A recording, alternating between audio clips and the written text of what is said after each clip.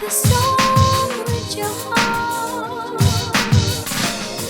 Play the song with your heart. And the soft cap, hard cap, it's going to be very hard for teams to re-sign players. Re-sign great players, good players, quality role players, because they're going to demand a lot of money. And I know I said Rob Pelinka, I don't want to hear those excuses, but to some degree he's right. It is a lot harder trying to build a roster, trying to make different deals because of the restrictions from the new CBA.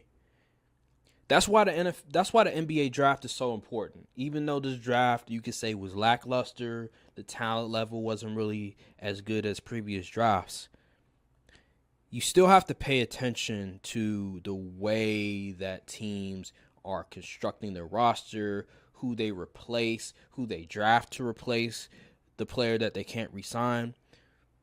It's very important. And with this NBA draft, it was the first time where I was really paying attention to how teams operate and what talent, what players that they value the most for their team and who do they think and the direction that they're going into. So for the Lakers, Dalton Knecht was a home run for them because he can score, he can move without the basketball. Yeah, he's 23, but what's weird, well, it's not really weird because teams do this all the time. Because he's 23, because he's been in college for like 4 years, teams don't value him as much. So he's going to slide, even though he was projected in the top 10. And he had like 6 30-plus point games, I think, last year. So he could score with the best of them. He's a perfect fit because he doesn't need the ball to score. He can move without the basketball. You can put him in the corner. LeBron, he's going to get them corner assists, and he'll thrive. He'll get playing time because he's ready to go right away. And I think from now on, what we're going to see from the NBA draft is a bunch of teams do exactly what these GMs do in the NFL, where if they don't want to re-sign a wide receiver, they don't want to re-sign a corner, a linebacker, they'll replace that player in the NBA draft. And they'll get a guy that's seasoned, that's been in college for 4 years, and that's ready to go right away, and they're going to plug them into their rotation. That's interesting. I think that's what's going to happen from now on. So the draft, you're saying the draft will be more important going forward with this new CBA? Absolutely, because the way that it's going, the salary cap situation and the restrictions that you have, these teams are not going to want to re-sign a KCP for $20 million a year. Not a role player like that.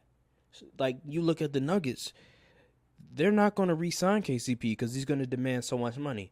Derek White, I don't know what his contract situation is, but I heard that he's going to get maybe 30 M's a year. He possibly get 30 M's a year.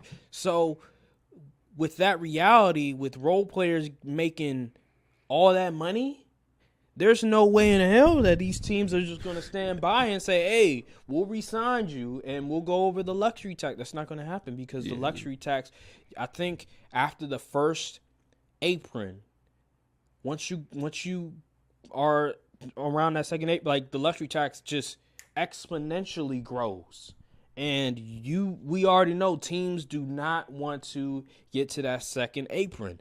And especially a franchise like the Lakers, with an owner that's not as wealthy, that's one of the poorest, I'm not going to say poorest, but one of the least wealthy owners in the NBA. Like, you look at Steve Ballmer, the dude is worth over $20 billion. Loaded. The richest owner in the NBA. He can buy, like, damn near half of the teams. With Jeannie Buss, she doesn't have those pockets, so she's not going to want to go over the luxury tax a whole lot because she doesn't have that that type of capital, and you're in LA, so the taxes are ridiculous. Like, man, so yeah, man, like the NBA draft is going to be very important. Another thing, how you feel about that? Like, just that situation. I think it's a good thing. The draft being more important, probably why they wanted to make it a 2-day event, So over time, over years, they probably want to build up the draft to be this bigger thing because teams are probably going to rely on it more going in the future. So, I mean, it makes sense to me. I mean, the draft should always be important. You know, it always should be this grand thing for teams to build the roster, regroup, bring in new guys, mold them into the players they project to be in the league. It's always a great thing. But yeah, I do think I've seen teams like I focused on the draft. Not like the actual players. I didn't know most of these dudes going to draft, but I noticed how teams were moving, the trades being made, the type of players that were getting selected, and I was like, this is very interesting. Yeah. Because before it just seemed like, okay, player was made, he made the pick, okay, whatever, we on to the next. But now it's more like, it seems like a lot of GMs are trying to draft with a plan instead of usually they would just go BPA. Yeah. But it seems like these teams are drafting like players were getting passed on and people are like, why are they falling? But when you looked at them like besides the Bucks I don't know what the heck they drafting for, but it seems like teams are more drafting with the plan instead of just taking this guy seems like the best player, I'm gonna just take him. Yeah, man. I think this is great not only for just. I think the NBA GMs have been getting away, especially when it comes to super teams. They've been getting away with just like, we're just going to give these players so much money and we'll go over the luxury tax and it's all good. Now GMs are going to have to really do their homework. They're going to have to really get in there and grind to try to find a way to build a good contender, a good roster.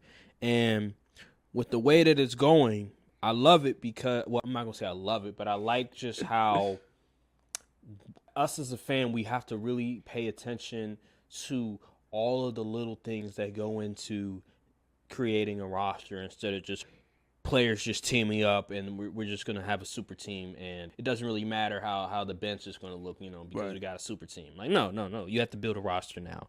And with the draft, it's the first time I cared about the second round. I'd never cared about the second round. I always thought, second round it is what it is. Like, we don't really know these dudes too much, and they're not that good. But now, just putting everything in perspective, it made me realize, one, just how hard it is to get into the NBA.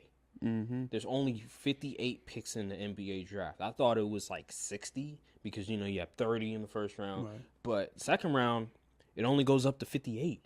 So it's 2 less picks than the first round. I didn't know that. That's interesting. Because I think it used to be like 7 rounds until like, I forget what year it was, but it used to be like 7 rounds back in the day, like the NFL, but then they changed it and now it's 2 rounds. They may increase it one year, but it's just overall, it's only 2 rounds. And it goes up to 58 picks. Just let me be.